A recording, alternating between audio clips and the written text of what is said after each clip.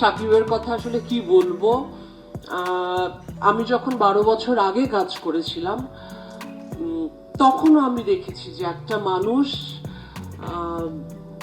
আসলে ওনা খুব লক্ষ্মী একটা ছেলে। লক্ষ্মী ছেলে কেন বলবো, ও দেখুন একদিক দিয়ে ও কাজের জন্য লক্ষ্মী, দুদিক দিয়েই বলছি কিন্তু ও থাকলে এটা আমাদের প্রজেক্টের জন্য লক্ষ্মী।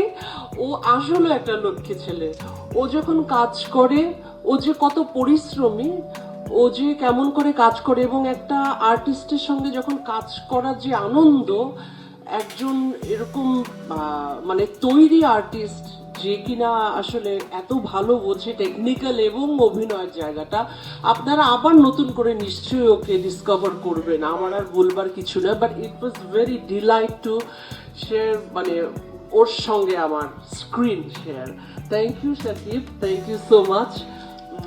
মানে it was a wonderful journey.